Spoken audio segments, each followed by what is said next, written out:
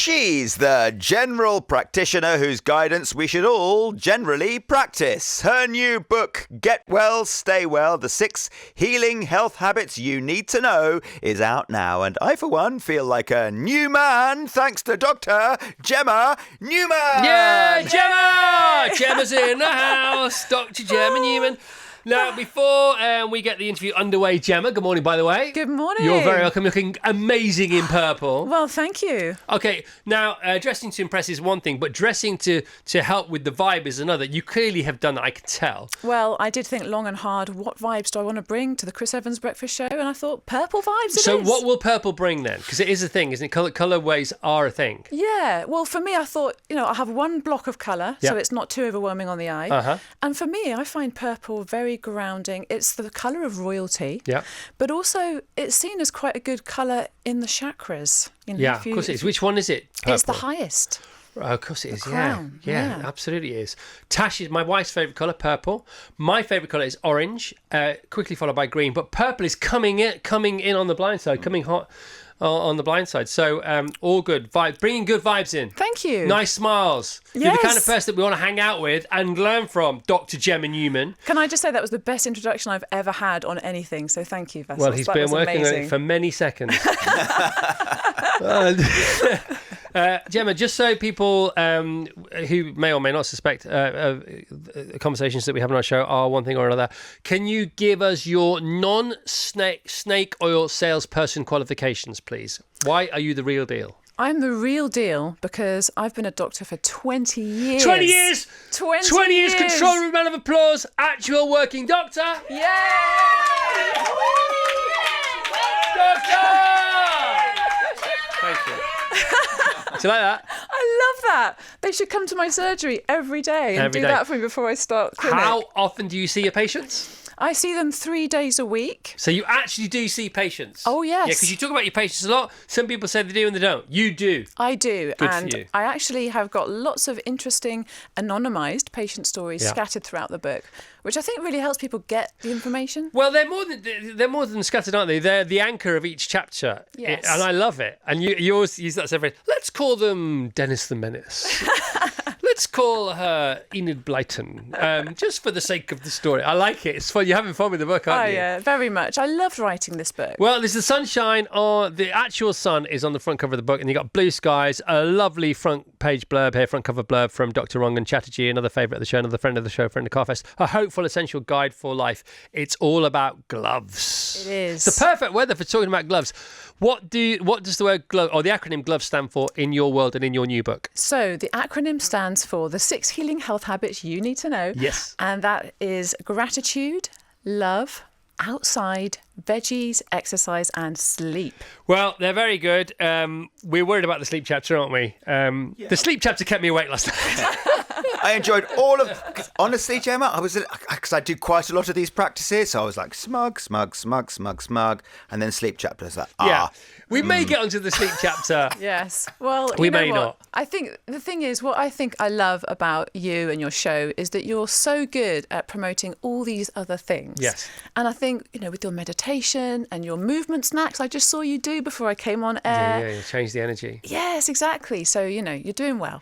Yeah, well, you talk about shaking it off in the book. And I mean, if you don't mind, can we just slalom all through the book? It doesn't matter where, does it? Go for it. There's so much in the book. It's really good. It's not like War and Peace, but it's the greatest hits of these particular worlds. And it's really useful. If you want to get better or you want to feel better and you get this book in your life, it will definitely 100% help.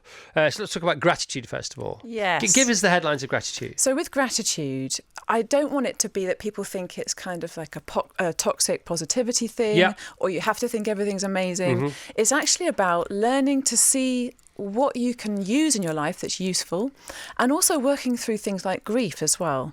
Yeah. So for me, gratitude is one of the key pillars because it allows us to have a bit more of an understanding of ourselves. Yeah. And our thoughts and feelings can sometimes really keep us stuck because they're in control. I love the way you're clutching your chest when you talk about it. It's important, isn't it? It is important. Just literally speaking from the heart. I'm speaking from the heart. Yeah. And, when our thoughts and feelings keep us stuck, then, they're in charge of what we think, what we do, what we feel. Yeah. Gratitude is so useful for helping us to actually feel that we want to make changes in our lives. You're taking control of the emotions. Exactly, yeah. Because your mind, if your body feels something chemically, which is an emotion and is a feeling, your mind doesn't know what it is. It doesn't. Your mind's really clever, but it's still on a quiz show. It's a 24/7 contestant in a game show, your mind, isn't it? It is. And it's trying to figure out what this emotion is. Now, it can create emotions, which is fine because they come from the mind, so therefore it's writing its own story, but then it has to sort of discern other mysteries, and that can be confusing for it. And sometimes the mind doesn't really understand where the emotion's necessarily coming from, and the body can express emotions as well. Yeah. And we don't often listen enough to the emotions that we're feeling rather than the chat that we are thinking, which can sometimes keep us stuck as well. Okay, all right. We haven't got forever. So there's loads of tools in this section, in one of the 6 healing habits you need to know, and that is gratitude. Gratitude is also really important because if you're feeling down, you think, how can I feel better? Well, the number one way to feel better, again, 24/7 in your life, is to consider other people first, because it puts you in service. And if you're in service, it means your heart is open and you are the source of energy. You are the source of usefulness, and you're not the sort of closed gates protecting what you have got, because there is energy in not clinging and there is only exhaustion in doing the opposite. Exactly, Chris. Oh my gosh, you really have read my book. Of course I have. I love this. No, you're absolutely right. And also, it's not just for the good times. There's some great studies to show that gratitude can actually help reduce pain perception. Yeah. And this is when you have chronic health conditions. Massive. I see so many patients with chronic health conditions that cause chronic pain, and it's really helpful for that as well. Yeah, the lower your mood, the greater the pain. The lower your mood, the heavier your burdens. The lighter your mood, the more progressively better you can feel, not get ill in the first place.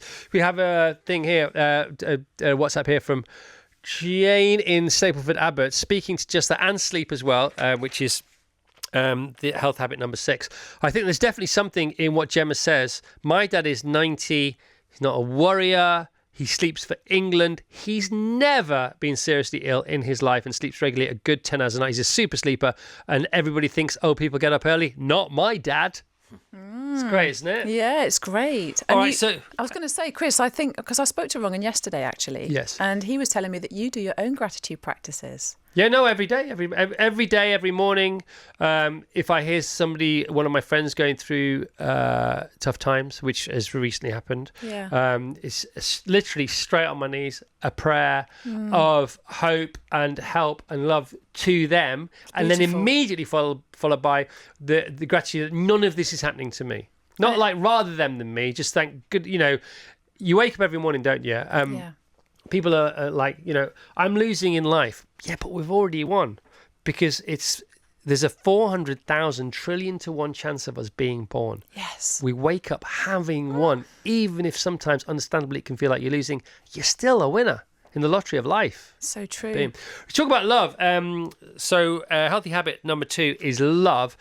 All kinds of love. All kinds of Pick love. your favourite. Not just romantic Go love. on, off you go. Fill your boots. So it's not just about having a husband or a wife or a girlfriend or a boyfriend or a lover. It's about sharing love with your community, with your friends, and with the wider world. Yeah. And I think once you have that connection to love, it helps you again to be more self-compassionate as well. And then when you're more compassionate to yourself, it's easier for you to be compassionate with other people and give to other people freely, which is really good for your own health. It is. And in every section, you have tools that are helpful, and you have little exercises. Super practical. Give us a love tool and a love exercise, and an opportunity to maybe potentially what's the word? Feel the love. Feel the love, but also chronicle it. Yeah, so what's good about the book is that I've got journaling pages, because some people have not really got into journaling. Yep. And I wanted to make sure that it was so accessible. So although it's a bit of a chunker of a book, it's so practical. And there's a table in the back, which you might have already seen, Chris, which actually shows people all of the practical tools that they need to use, or that they can use if they want to, from the book. Yeah. And so in the love chapter, I've got a positive self-talk exercise. And we talk about positive role modelling, positive statements like affirmations. Also, I talk about forgiveness, because the flip side of love is, the people that you love the most in your life, you also tend to have the highest expectations of. And they're the people that you feel often quite let down by. And so I wanted to touch on the importance of forgiveness for the heart and how that also affects our health. Yeah, practical ways to feel a sense of purpose, all to do with love. What's important to you? What could you do today to serve? What is important to me? You put these questions in the first person so people reading it can answer it for themselves. Yes. An exercise to find your values, followed by, what about this? Here's a list of values to get your imagination going. You're not kidding. Only 100 of them in alphabetical order. I know. Well, That's very impressive. Some people don't necessarily have their values all kind of like you, Chris. Like you've probably thought about your values already quite a lot. I thought about it yesterday when I was looking at your the journaling aspect of this, because you give us 100 to choose from, and then we only have to choose 3. Yeah, exactly. From 100. I get, only choose 3, make it simple. And it's all about making it simple in the book, because the second part is the practical bit. And you only need to do 3 things of your choosing in the plants, peace and purpose section. So just keep it super simple. But I love talking about values because I think quite often, especially when you feel anxious in your life or low, coming back to your own values and what's really important to you is really crucial and helpful for. And they can change, can't they? You know, you can give January 3 values. You could go for like acceptance. You could go for creativity, and then you could go for humour. You know, because humour is so useful. If you can deploy humour on a regular basis, because first of all, it makes you smile, like your lovely smile now. Oh, thank you. But it flicks the biochemical switch again, doesn't it? It does. It says, "Come on, time to come up, play and come up with some good ideas." Yes. And communicate. Well, I talk about laughter in the book. Actually, one of the exercises. Laughter is everything. Yes. You know, I've dog-eared the laughter page. Tell us about. Speak to laughter for a bit. All right. So laughter, you're right. It does change your biochemistry in your body, and it lifts your physiology. It activates your parasympathetic nervous system. You start to feel more energized, and also just generally more good about the people around you and your life. And people respond much better to you. If you're the kind of person that laughs easily or that makes people laugh, it brings out the best in other people, as you've experienced on the show. I think some people have naturally smiley faces. I know. Sorry, I don't know why I said I think. Some people have naturally smiley faces. For example, one of the most famous naturally smiling faces on the planet is Professor Brian Cox. He speaks with a smile. He can't not speak with a smile. I know Brian really well, and even when he's talking about sad things, because we're mates, so we talk about everything, he still can't do it with a sad face. He can't do a sad face. And one of the reasons he's so popular is because of his smiling face. Yeah. Because it's so unthreatening. It's so welcoming. It's so friendly for children. He's got a great set of gnashes. That can't do any harm. But people you see this, and if you can cultivate a smile, they do say if you're involved in running a company or in charge of people or you're giving a talk and you want to know how you did, watch some video back, and if there's no video available, get a friend to film you on their phone or set your phone on video. Film yourself and watch. If you have 100% of the experience, watch yourself back 20% and watch the audience back 80%. And they will mirror what you're doing. They just will. And if you're feeling a bit down and you're speaking to a crowd or a group of people, then if you can spot a smiler, then you focus on them, because they will help you on the podium help them in the audience. Yeah, it's true. I always look for the person smiling. Dial into the smile. I do, exactly. When I'm doing a big talk, I'm like, where's the smiler? Yeah, and if you look at the ads, look at the billboards of people who want to sell you a good time. They're all pictures of people looking quite healthy, having a right laugh. Billboards can't speak yet. You can't hear them. You just see them as you're driving past them. But it's all smiles, isn't it? Yeah, and it's interesting you mentioned something visual, because I talk about the power of nature in the book and how visualizing is helpful in the gratitude chapter, but also looking at nature and being out in nature is really helpful and healing for us as well. Yeah, and our brains don't know the difference between what's real and imagined, even though they're the things that's doing the imagining. Yeah. So, even they're not clever enough for how clever they are. Right, okay, so that's love. Healthy habit number 3 is outside. Get outside. Again, so much to talk about here. It's a brilliant section. Tell us about grounding. Yeah, so it's free for one thing, and it's very easy. All you have to do is take off your shoes and socks and stand on the grass. What you're doing there is you are absorbing the electrons from the earth. The earth is naturally grounded because of lightning strikes and various thermogenic activity in the earth, and you can absorb some of those electrons into your body when you step on the ground. And why wouldn't we? You know, it's a ball of energy, isn't it? We're literally on our own spaceship, 67,000 miles an hour every single day when we wake up. Yeah. You know, it's another boring Tuesday. No, we're on our own spaceship, 67,000 miles an hour. It's amazing. And it's full of energy and our feet are earth to it. So why don't you just get a bit of that in your life? Exactly. But there are other ways of grounding, aren't there, that you mentioned here? Yes. There's lots of ways. You could go give a tree a hug, Chris. Which does work, or lean against a tree. Lean against a tree. You know, actually going to the sea and just walking along the beach is another way. Gardening. Gardening is Getting another that way. smell in under your fingernails. Yes. Convening with the soil. If I go for a bit of forest bathing, which I do quite a lot up on Marlow Common, I will, at the end, if I'm meditating, I will literally put my face into the earth as it's ever changing under the trees in the forest. And that you can only get that smell in a forest, and I can smell it now. It's the best smell in the world, isn't it? Oh, you know what? Can you agree that we will go to Marlow Common and I will put my face in the soil with you, Chris? Because I don't live that far By the way, from I know you. loads of people who come with us. No, you're right. And it's interesting because these are such simple things. And forest bathing's got a lot of great research behind it. Yeah. It's amazing for our immune systems. You mentioned the smell, the phytoncides, which are natural organic compounds released mostly from evergreen trees, are fabulous for our immune system. Yeah. You can take 2 forest walks of an hour each in the forest, and there was a study that showed it can increase your natural killer cells in the body by up to 50%, which All is real stuff. amazing. Real stuff. So, You know, you go for a walk in the forest today, you know, or 6 months today at the height of summer, and you are getting wellness rained down on you for free, one way or another. However, if you do suffer from 6 types of hay fever like me, you've also got to be careful.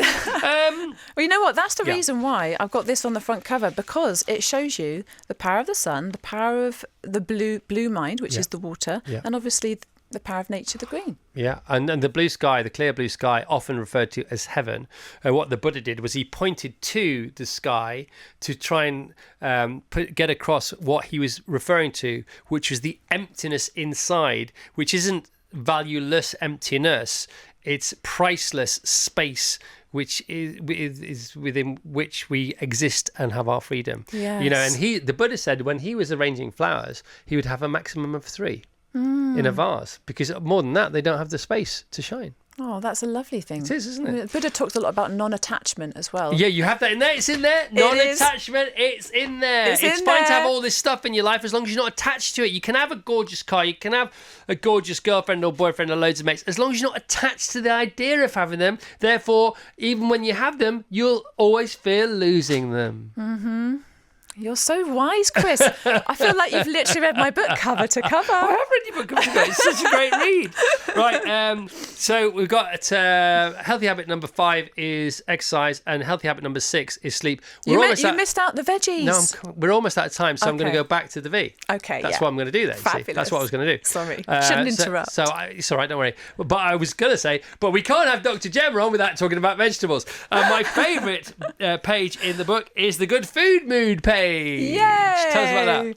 Well, you know, the first book, The Plant Power Doctor, was obviously all about food. Yes. So as you rightly said, I couldn't not talk about it.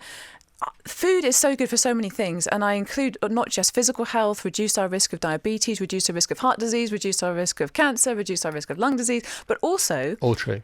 It can improve our mood. Yeah. And that's an amazing thing. There's some great research behind mood improvement. Well, if you improve your mood, you do all you've just said again.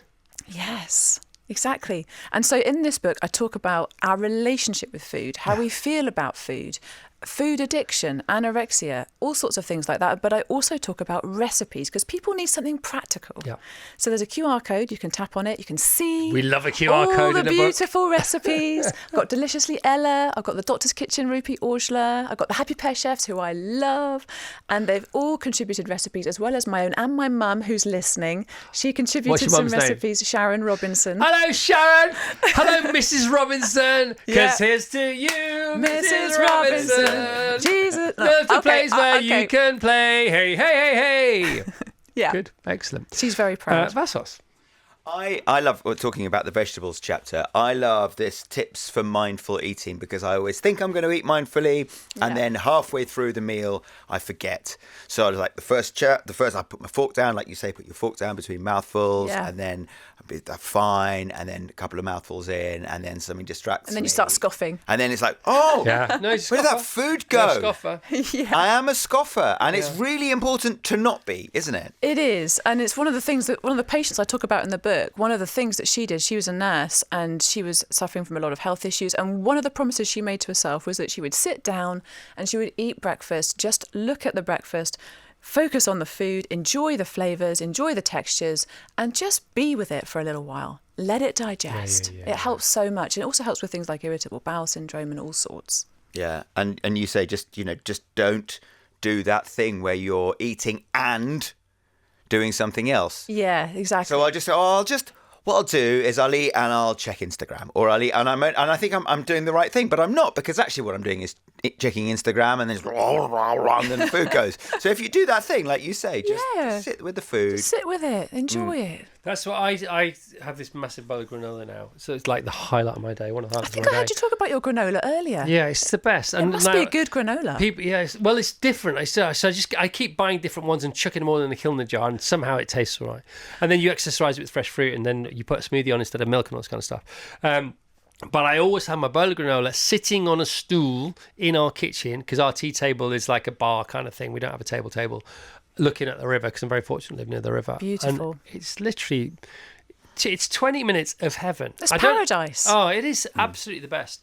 Eat the rainbow. 30 Absolutely. different foods a week if possible. 30 different types of plant a week is what the British and American not Gut ham Project. and like salmon paste. This is like individual This is whole plant food foods, plants. plant foods, exactly. And, red peppers and yellow peppers count for 2 different types of plant food, by the Even way. though it's the same thing. Even though it's the same thing, it's about the colours, it's about the variety. Herbs and spices count as well. Oh, come on. And you've actually got a chart in the book. You can tick them off if you want. You can make photocopies, tick them off. It's very practical. I think your book is a you're a personification of your book, and your book is whatever the opposite of that is from a person to pages, because it is really joyous, it is really happy, and it's really playful. And you're really clever because you're a qualified doctor, but you have this playfulness about you, as people who really know their stuff do, don't they?